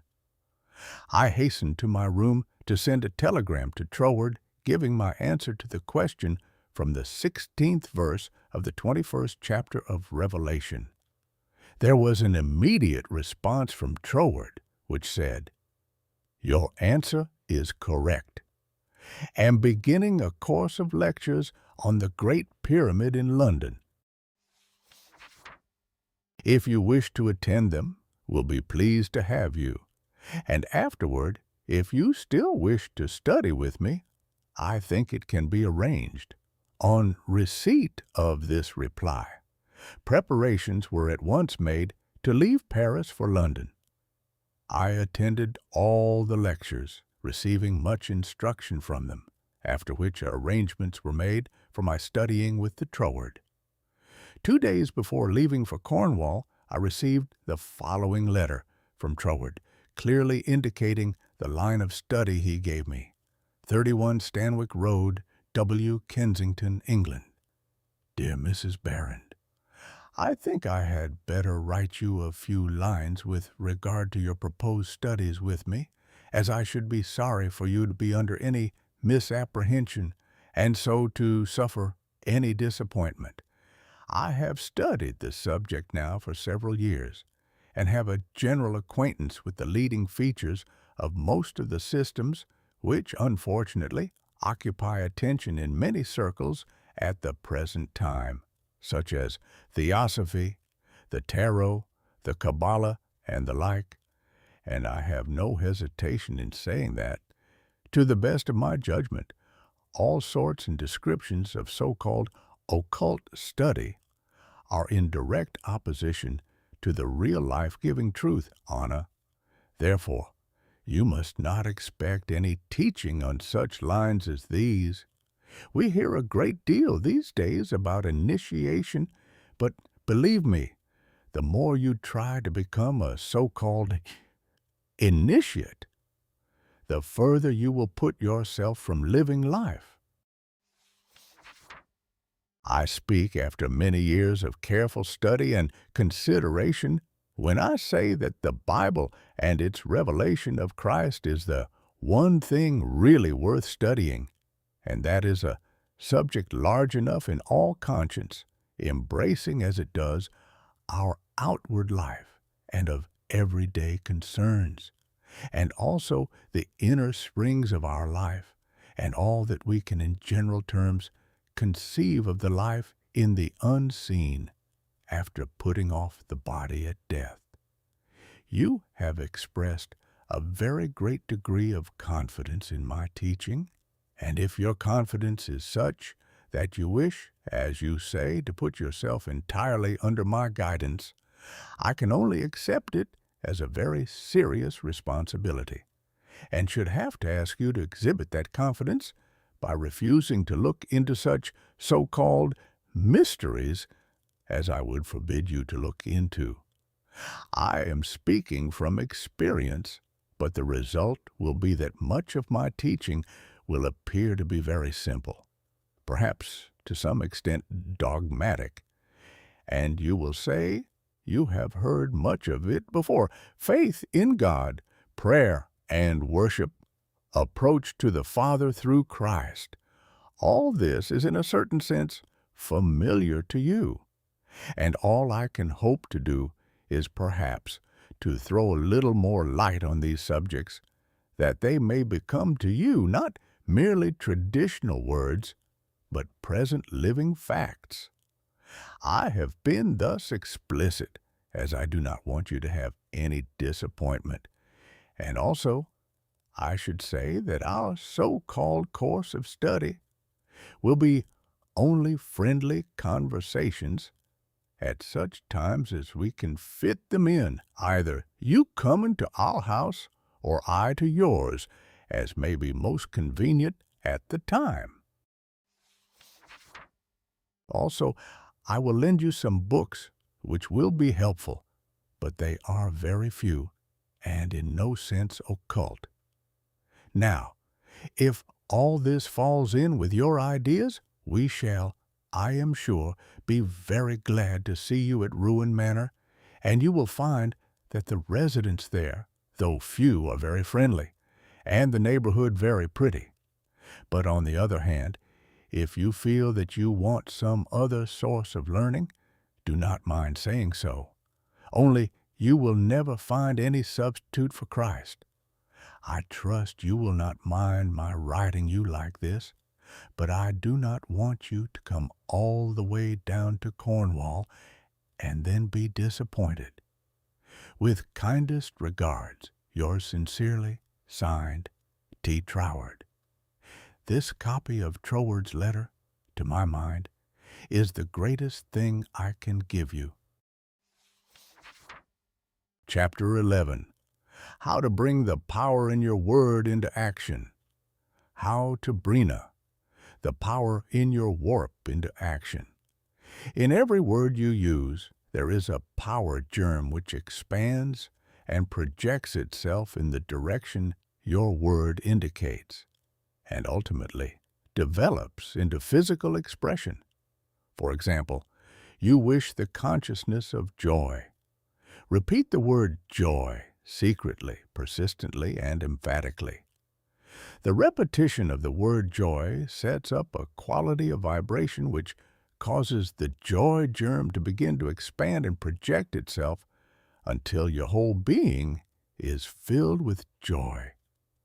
This is not a mere fancy, but a truth. Once you experience this power, you will daily prove to yourself that these facts have not been fabricated to fit a theory, but the theory has been built up by careful observation of facts. Everyone knows that joy comes from within. No one can give it to you. Another may give you cause for joy, but no one can be joyous for you. Joy is a state of consciousness, and consciousness is purely mental. Troward says the mental faculties always work under something which stimulates them, and this stimulus may come either from without, through the external senses, or from within, by the consciousness of something not perceptible on the physical plane. The recognition of this interior source of stimulus enables you to bring into your consciousness any state you desire. Once a thing seems normal to you, it is as surely yours, through the law of growth and attraction, as it is yours to no addition after you have learned the use of figures. This method of repeating the word makes the word in all of its limitless meaning yours, because words are the embodiment of thoughts, and thought is creative, neither good nor bad, simply creative. This is the reason why faith builds up and fear destroys. Only believe, and all things are possible unto you. It is faith that gives you dominion over every adverse circumstance or condition. It is your word of faith that sets you free, not faith in any specific thing or act, but simple faith in your best self in all ways. It is this ever-present creative power within the heart of the Word that makes your health, your peace of mind, and your financial condition a reproduction of your most habitual thought. Try to believe and understand this, and you will find yourself master of every adverse circumstance or condition, for you will become a prince of power. Chapter 12. How to increase your faith, how to enorzace your fare.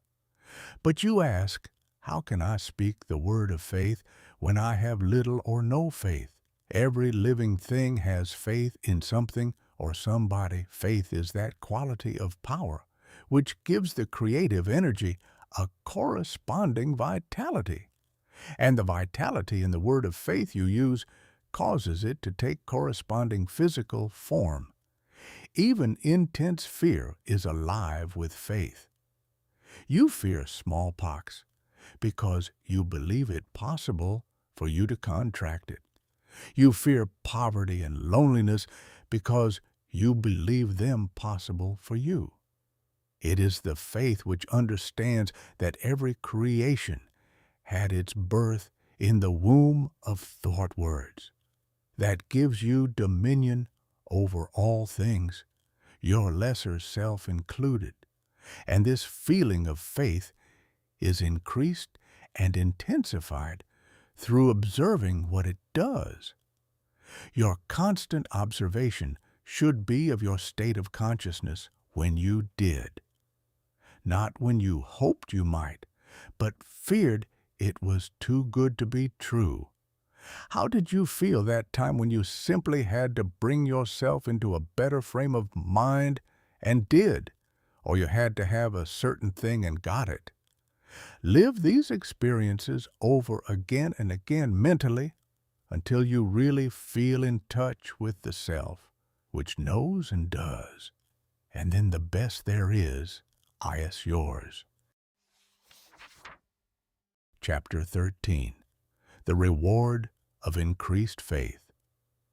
The reward of Norisisep Faru, your desire to be your best, has expanded your faith into the faith of the universe, which knows no failure, and has brought you into conscious realization that you are not a victim of the universe, but a part of it. Consequently, you are able to recognize that there is that within yourself, which is able to make conscious contact with the universal law, and enables you to press all the particular laws of nature, whether visible or invisible, into serving your particular demand or desire. Thereby you find yourself master, not a slave of any situation. Troward tells us that this mastering is to be accomplished by knowledge, and the only knowledge which will afford this purpose in all its measureless immensity is the knowledge of the personal element in universal spirit and its reciprocity to our own personality. In other words, the words you think, the personality you feel yourself to be, are all reproductions in miniature of God, or specialized universal spirit. All your word thoughts were God word forms before they were yours. The words you use are the instruments, channels, through which the creative energy takes form. Naturally, this sensitive creative power can only reproduce in accordance with the instrument through which it passes. All disappointments and failures are the result of endeavoring to think one thing and produce another. This is just as impossible as it would be for an electric fan to be used for lighting purposes, or for water to flow through a crooked pipe in a straight line. The water must take the shape of the pipe through which it flows. Even more truly, this sensitive, invisible substance must reproduce outwardly the shape of the thought word through which it passes. This is the law of its nature. Therefore, it logically follows, as a man thinketh, so is he. Hence, when your thought or word form is in correspondence with the eternal constructive and forward movement of the universal law, then your mind is the mirror in which the infinite power and intelligence of the universe sees itself reproduced, and your individual life becomes one of harmony. Chapter 14. How to make nature respond to you. How to make Naruj respond to you should be steadily borne in mind that there is an intelligence and power in all nature and all space, which is always creative and infinitely sensitive and responsive. The responsiveness of its nature is twofold. It is creative and amenable to suggestion. Once the human understanding grasps this all-important fact, it realizes the simplicity with which the law of life supplies your every demand. All that is necessary is to realize that your mind is a center of divine operation, and consequently contains that within itself which accepts suggestions, and expect all life to respond to your call. Then you will find suggestions which tend to the fulfillment of your desire coming to you, not only from your fellow men, but also from the flowers, the grass, the trees, and the rocks, which will enable you to fulfill your heart's desire if you act upon them in confidence on this physical plane. Faith without works is dead, but faith with works sets you absolutely free. Chapter 15. Of Faith with Works, What It Has Accomplished. Farah. With works what it has accomplished, is said of Tyson, the great Australian millionaire, that the suggestion to make the desert land of Australia blossom as the roses came to him from a modest little Australian violet while he was working as a bushman for something like 3 shillings a day.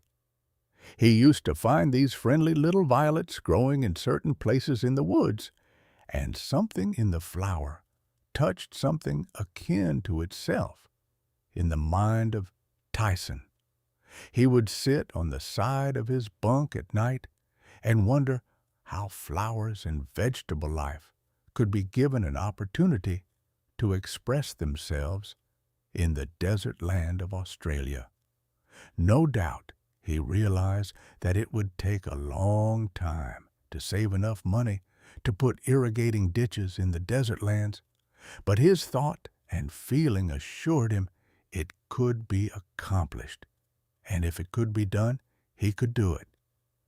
If there was a power within himself which was able to capture the idea, then there must be a responsive power within the idea itself, which could bring itself into a practical, physical manifestation.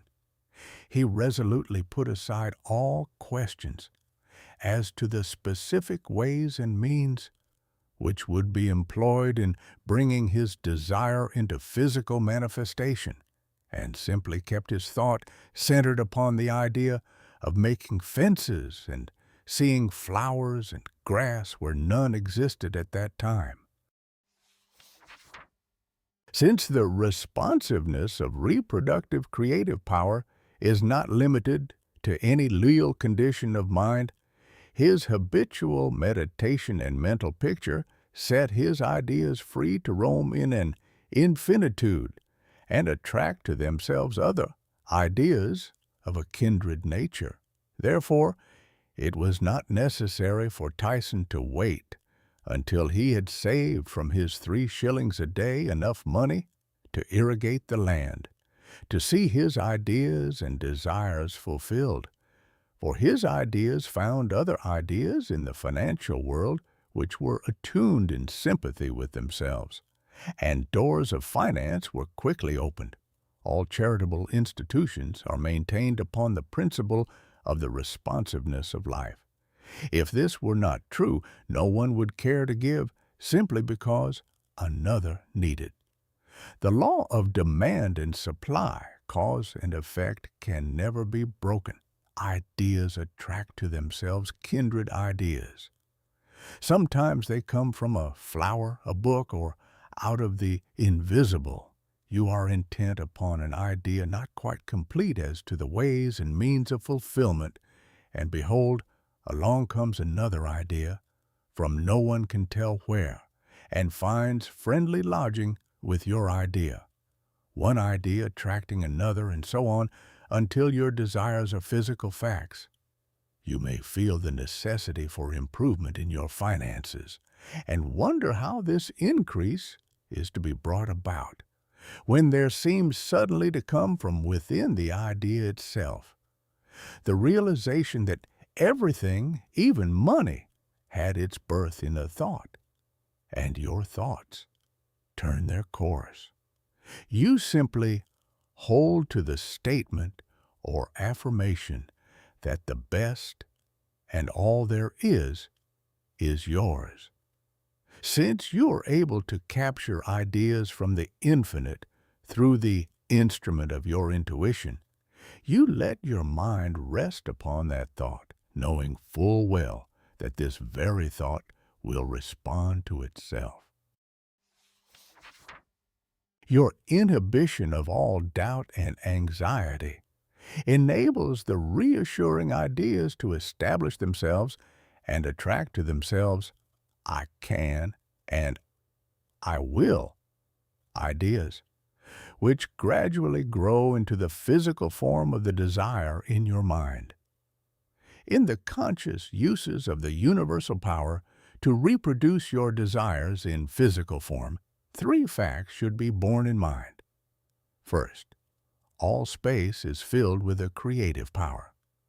Second, this creative power is amenable to suggestion. Third, it can only work by deductive methods. As Troward tells us, this last is an exceedingly important point, for it implies that the action of the ever-present creative power is in no way limited by precedent. It works according to the essence of the spirit of the principle.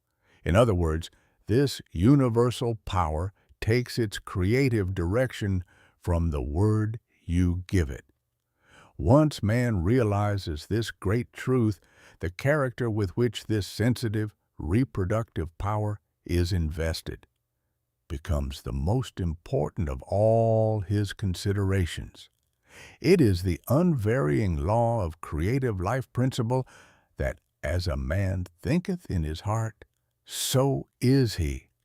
If you realize the truth that the creative power can be to you only what you feel and think it to be, it is willing and able to meet your demands. Troward says, if you think your thought is powerful, your thought is powerful. Ag a man thinketh in his heart, so is he, is the law of life. And the creative power can no more change this law than an ordinary mirror can reflect back to you a different image than the object you hold before it. As you think, so are you, does not mean as you tell people you think, or as you would wish the world to believe you think. It means your innermost thoughts, that place where no one but you knows. None can know the Father save the Son, and no one can know the Son but the Father. Only the reproductive, creative spirit of life knows what you think until your thoughts become physical facts and manifest themselves in your body, your brain, or your affairs. Then everyone with whom you come into contact may know, because the Father, the intelligent creative energy which heareth in secret your most secret thoughts, rewards you openly, produces your thoughts in physical form. Oops. Oh, as you think, that is what you become, should be kept in the background of your mind constantly. This is watching and praying without ceasing. And when you are not feeling quite up to par physically, pray. Chapter 16. Suggestions as to how to pray or ask, believing you have already received. Suggestions as to how to pray or ask, behaving you have already received. Soren Tirik to Hinkins, positive Thoucut suggestions for practical application. Through careful, positive, enthusiastic, though not strenuous, thought, to realize that the indescribable, invisible substance of life fills all space, that its nature is intelligent, undifferentiated substance. 5 o'clock in the morning is the best time to go into this sort of meditation. If you will retire early every night for 1 month, and before falling asleep, impress firmly upon your subjective mind the affirmation, my Father is the ruler of all the world, and is expressing His directing power through me. You will find that the substance of life takes form in your thought molds. Do not accept the above suggestion simply because it is given to you. Think it over carefully until the impression is made upon your own subconscious mind understandingly. Rise every morning, as was suggested before, at 5 o'clock. Sit in a quiet room, in a straight-back chair, and think out the affirmation of the previous evening, and you will realize and be able to put into practice your princely power with the realization, to some extent at least, that your mind really is a center through which all the creative energy and power there is taking form. Scientific prayer to Principe. Underlying scientific prayer. In prayer for a change in condition, physical, mental, or financial, for yourself or another, bear in mind that the fundamental necessity for the answer to prayer is the understanding of the scientific statement. Ask, believing you have already received, and you shall receive. This is not as difficult as it appears on the surface. Once you realize that, everything has its origin in the mind, and that which you seek outwardly you already possess. No one can think a thought in the future. Your thought of a thing constitutes its origin. Therefore, the thought form of the thing is already yours as soon as you think it. Your steady recognition of this thought possession causes the thought to concentrate, to condense, to project itself, and to assume physical form, to get rich through creation. The recognition or conception of new sources of wealth is the loftiest aspiration you e'en take into your heart, for it assumes and implies the furtherance of all noble aims, items to be remembered about prayer for yourself or another. Remember that that which you call treatment or prayer is not, in any sense, hypnotism. It should never be your endeavor to take possession of the mind of another. Remember that it should never be your intention to make yourself believe that which you know to be untrue. You are simply thinking into God or first cause, with the understanding that if a thing is true at all, there is a way in which it is true throughout the universe. Remember that the power of thought works by absolutely scientific principles. These principles are expressed in the language of the statement, "As a man thinketh in his heart, so is he." This statement contains a world of wisdom, but man's steady recognition and careful application of the statement itself is required to bring it into practical use. Remember that the principles involved in being as we think in our heart are elucidated and revealed by the law. As you sow, so shall you reap. Remember that your freedom to choose just what you will think, just what thought possession you will affirm and claim, constitutes God's gift to you. It shows how First Cause has endowed every man with the power and ability to bring into his personal environment whatever he chooses. Cause and effect in reference to getting. If you plant an acorn, you get an oak. If you sow a grain of corn, you reap a stalk and many kernels of corn. You always get the manifestation of that which you consciously or unconsciously affirm and claim, habitually declare and expect, or, in other words, as you sow. Therefore, sow the seeds of Pam, to caught to do. Tipi pagando, I will do. Realize that because you are, you ought to do. That because you ought to, you can do. That because you can do, you do. The manifestation of this truth, even in a small degree, gives you the undisputable understanding that dominion is your charter right. You are an heir of First Cause, endowed with all the power He has. God has given you everything. All is yours. And you know that all you have to do is to reach out your mental hand and take it. This formula may serve as a pattern to shape your own prayer or affirmation into God for the benefit of another or yourself. If, for another, you speak the Christian name of the person you wish to help, then dismiss their personality entirely from your consciousness. Intensify your thought by meditating upon the fact that there is that in you which finds the way, which is the truth and is alive. You are affirming this fact, believing that since you are thinking this, it is already yours. Having lifted up your feeling to the central idea of this meditation, you examine your own consciousness and see if there is aught which is unlike God.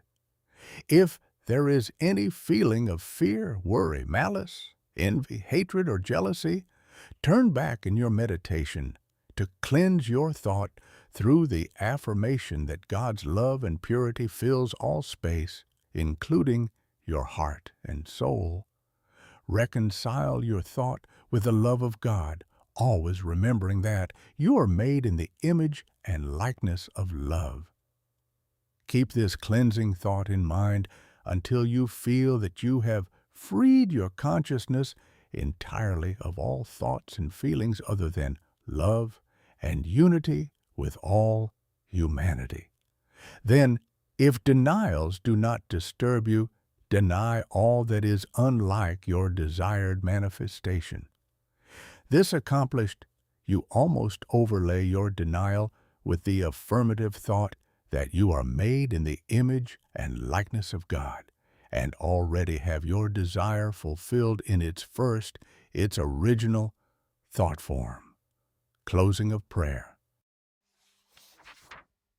Prayer, as a method of thought, is a deliberate use of the law, which gives you the power of dominion over everything which tends in any way to hamper your perfect liberty. You have been given life that you may enjoy it more and more fully. The steady recognition of this truth makes you declare yourself a prince of power. You recognize, accept, and use this power as the child of a king, and hence dominion is your birthright. Then, when you feel the light of this great truth flooding your consciousness, open the floodgates of your soul in heartfelt praise, because you have the understanding that the Creator and His creation are one. Also, that the Creator is continually creating through His creation. Close your treatment in the happy assurance that the prayer which is fulfilled is not a form of supplication, but a steady, habitual affirming that the Creator of all creation is operating specifically through me. Therefore, the work must be perfectly done. Your mind is a center of divine operation. Hence, for application and practice, for every 5 minutes given to reading and study of the theories of mental science, spend 15 minutes in the use and application of the knowledge acquired. Soin. To call out one, spend 1 minute in every 24 hours to conscientiously thinking over the specification that must be observed in order to have your prayers answered. 2. Practice the steady recognition of desirable thought possession for 2 periods of 15 minutes each every day. Not only time yourself each period to see how long you can keep a given conception before your mental vision, but also keep a written record of the vividness with which you experience your mental image. Remember that your mental senses are just as varied and trainable as your physical ones. 3. Spend 5 minutes every day between 12 noon and 1 o'clock with a mental research for new sources of wealth. Chapter 17, Things to Remember. Doings to remember had the greatest mental scientist the world has ever known, Jesus Christ, the man, said, "All things are possible unto you." Also, "The things I do, you can do." Did he tell the truth? Jesus did not claim to be more divine than you are. He declared the whole human race children of God. By birth, he was no exception to this rule. The power he possessed was developed through his personal effort. He said you could do the same if you would only believe in yourself. A great idea is valueless unless accompanied by physical action. God gives the idea. Man works it out upon the physical plane. All that is really worthwhile is contentment. Self-command alone can produce it. The soul and body are one. Contentment of mind is contentment of soul, and contentment of soul means contentment of body. If you wish health, watch your thoughts, not only of your physical being, but your thoughts about everything and everybody. With your will, keep them in line with your desire, and outwardly act in accordance with your thoughts. And you will soon realize that all power, both over thoughts and conditions, has been given to you. You believe in God. Believe in yourself as the physical instrument through which God operates. Absolute dominion is yours when you have sufficient self-mastery to conquer the negative tendency of thoughts and actions. Ask yourself daily, what is the purpose of the power which put me here? How can I work with the purpose for life and liberty in me? After having decided these questions, endeavor hourly to fulfill them. You are a law unto yourself. If you have a tendency to overdo anything, eat, drink, or blame circumstances for your misfortunes, conquer that tendency with the inward conviction that all power is yours. Eat less, drink less, blame circumstances less, and the best there is will gradually grow in the place where the worst seem to be. Always remember that all is yours to use as you will. You can if you will. If you will, you do. God the Father blesses you with all He has to give. Make good, godly use of it. The reason for greater success when you first began your studies and demonstrations in mental science was your joy and enthusiasm at the simple discovery of power within, which was greater than you were able to put into your understanding later. With increased understanding comes increasing joy and enthusiasm, and the results will correspond.